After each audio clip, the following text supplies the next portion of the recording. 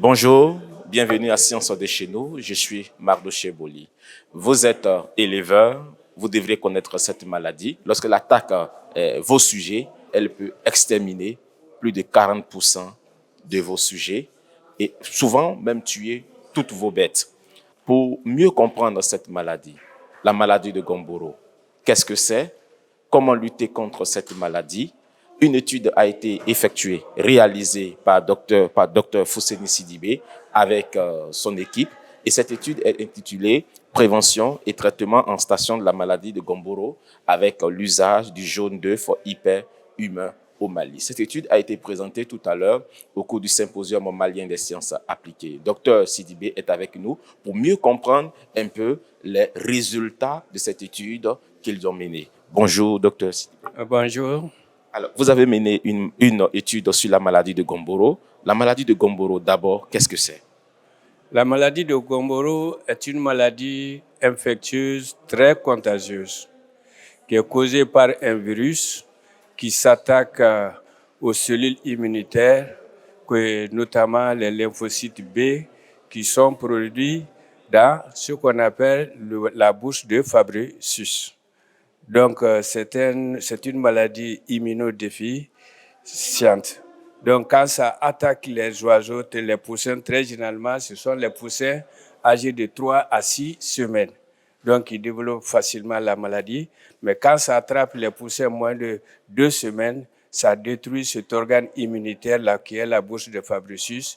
Et les poussins sont ainsi immunodéficitaires et ne peuvent plus lutter contre les autres infections ou bien les autres infestations parasitaires et vont accuser un retard de croissance. Et le coût d'entretien est aussi très élevé.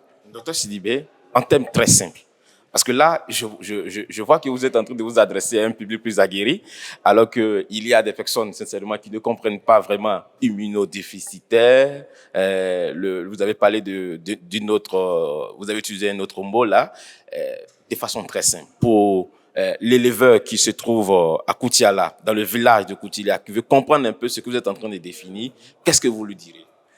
Je dis tout simplement qu'il faut faire la prévention. Non, la maladie de Gumboro, qu'est-ce que c'est? La maladie de Gumboro, c'est une maladie qu'on peut dire similaire au sida. Très bien. Quand ça prend les poussins, ça les tue et ça les rend incapables de lutter contre les autres maladies. Merci beaucoup. Alors, la maladie de Gumboro est comme le sida, et le sida, ça se traite.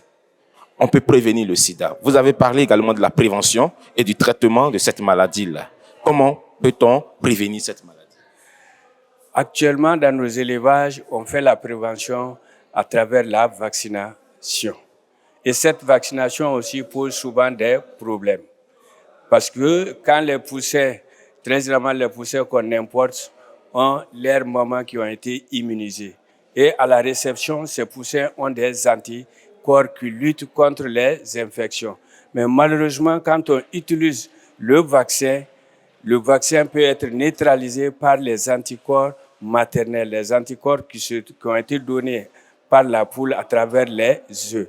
Donc, c'est ce qui fait que souvent la vaccination échoue beaucoup. Donc, et pour remédier à ça, il faut trouver une période propice qui correspond à la diminution des anticorps issus de l'œuf et en même temps qui ne puissent pas influencer sur le virus qui se trouve dans le vaccin. Notre système que nous on a voulu mettre en place, comme on ne peut pas éviter, surtout dans nos agricultures, dans nos élevages villageois, quand cette maladie apparaît, il n'y a pas de solution. Donc, nous, on a voulu utiliser un système naturel qui est là sur les poules. Quand la poule est vaccinée, donc, ou bien quand elle est infectée, elle développe des anticorps dans le jaune d'œuf. Et c'est ce jaune d'œuf que vous appelez jaune d'œuf hyperhumain. Voilà, c'est ce jaune d'œuf qu'on appelle œuf hyperhumain, mais issu d'une vaccination spéciale. Donc, ça veut dire quoi? Parce qu'on ne comprend pas. Jaune d'œuf hyperhumain, c'est quoi exactement de façon très simple pour que les gens puissent comprendre? Parce que quelqu'un qui vous regarde veut comprendre tout de suite. Donc, le jaune d'œuf de la poule qui est chez moi à la maison, c'est-à-dire j'achète une poule, j'achète des œufs au marché là, le jaune là, c'est ce que vous appelez le jaune d'œuf hyperhumain. Ce jaune est un jaune d'œuf, Mais ce jaune d'œuf est différent du jaune d'œuf hyperhumide. Alors, quelle est la différence entre le jaune d'œuf et le jaune d'œuf hyperhumide? Le jaune d'œuf hyperhumide, ça c'est des œufs issus des poules qu'on a soumis à une vaccination spéciale. Et à travers cette vaccination spéciale, le jaune d'œuf de ces poules sont très riches en anticorps.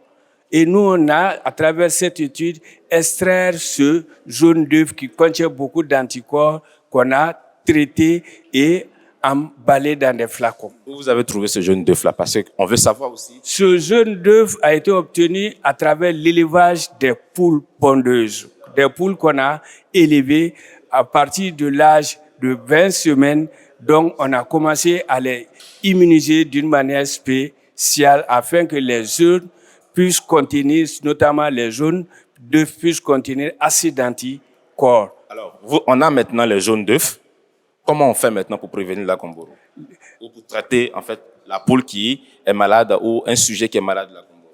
La maladie de Gumboro. On a obtenu les jaunes d'œufs, on les a emballés. Quand le symptôme du Gumboro apparaît chez les poussins, donc on les injecte 1 millilitre par voie intramusculaire. Et très généralement, si on le fait dès le début de la maladie, donc au bout de 24 heures, les sujets sont pratiquement rétablis. Et en cas de nécessité, on peut faire une deuxième injection qui va rendre le poussin guéri. On sait qu'il y a des vaccins qui, quand même, traitent cette maladie. Est-ce qu'il y a d'abord des vaccins qui traitent cette maladie? Et s'il y a des vaccins, quelle est la différence entre ce vaccin et ce que vous êtes en train de développer, ceux sur lesquels vous avez travaillé? Effectivement, le produit que nous avons développé, c'est pas un vaccin. Très bien. C'est un médicament biologique. C'est un médicament biologique. C'est comme dans le temps, je ne sais pas si vous vous souvenez avec le cas d'Ebola, comment on traitait les patients atteints d'Ebola. C'est ce qu'on appelle l'immunothérapie ou bien la sérothérapie. Donc, avec nos jaunes d'œufs qui contiennent assez d'anticorps, une fois que les symptômes apparaissent, donc, et qu'on a diagnostiqué que c'est la maladie de Gumboro, donc on fait les injections une fois ou une deuxième fois pour que l'oiseau soit bien rétabli. D'accord. Alors, pour quelqu'un qui veut aussi utiliser le jaune d'œuf hyperhumain, combien ça coûte? Est-ce qu'il doit vous appeler pour trouver ce jaune d'œuf hyperhumain? Dès qu'il a ça, est-ce qu'il peut procéder directement à l'injection lorsque la maladie atteint ses poules?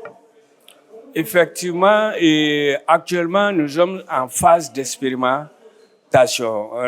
Actuellement, mon assistant qui est en train de faire sa thèse là-dessus, il est en train d'essayer de vulgariser, d'expérimenter sur le terrain. On a des résultats vraiment satisfaisants. Il a eu de très bons résultats. Mais pour que ce produit soit vraiment très utilisable au niveau villageois, nous sommes en train de voir est-ce qu'on peut lyophiliser ce produit. Quand on arrive à lyophiliser, on peut le garder dans un frigo ou bien dans une glacière à température de 2 à 8 degrés. Sinon, pour le moment, au labo, on a quelques échantillons qu'il est en train d'expérimenter sur le terrain. Donc, il s'agit d'une étude expérimentale. Les résultats ne sont pas encore très concluants? Les résultats sont très concluants. Nous sommes en train d'essayer de vulgariser au niveau de nos aviculteurs pour qu'ils puissent connaître le produit et en ce moment chercher des moyens pour pouvoir lyophiliser. Et quand on arrivera à lyophiliser, le produit peut être vraiment commercialisé et mis à la disposition de nos pharmaciens parce qu'à l'état actuel, le produit doit être congelé. Si quelqu'un tout de suite qui regarde la vidéo et qui voit que ces sujets sont atteints de la maladie de Gumboro, peut vous appeler et vous pouvez aller injecter? Et bon, on avait des ruptures. Docteur So, est-ce qu'on a encore des échantillons qui sont... Docteur So, vous pouvez venir. Vous pouvez venir. Voilà. Vous pouvez venir. Docteur So, oui. Je dis qu'on a quelques-uns au laboratoire, donc en conservation. Oui. Donc, tout de suite, si quelqu'un voit cette vidéo qu'il veut injecter, on peut vous appeler et puis... Nous pouvons prendre les dispositions pour le faire parvenir parce que même un clinicien sur place, un pharmacien sur place, disons un vétérinaire sur place peut le faire. Donc, nous pouvons prendre les dispositions pour l'acheminer et pour que ce dernier puisse le faire. Merci beaucoup à Dr Sidibé, Dr So. Est-ce que, Dr Sidibé, vous êtes sûr que vous ne nous avez rien caché par rapport à cette étude? Non, en matière scientifique, pour le moment, on n'a rien caché. Vous êtes sûr? Parce qu'on veut vraiment vulgariser, que ce produit soit connu. Merci beaucoup, très chers abonnés de Sciences de chez nous. C'est ici que prend fin cette interview. N'hésitez pas à partager cette vidéo, à vous abonner et je vous donne rendez-vous dans une autre prochaine vidéo.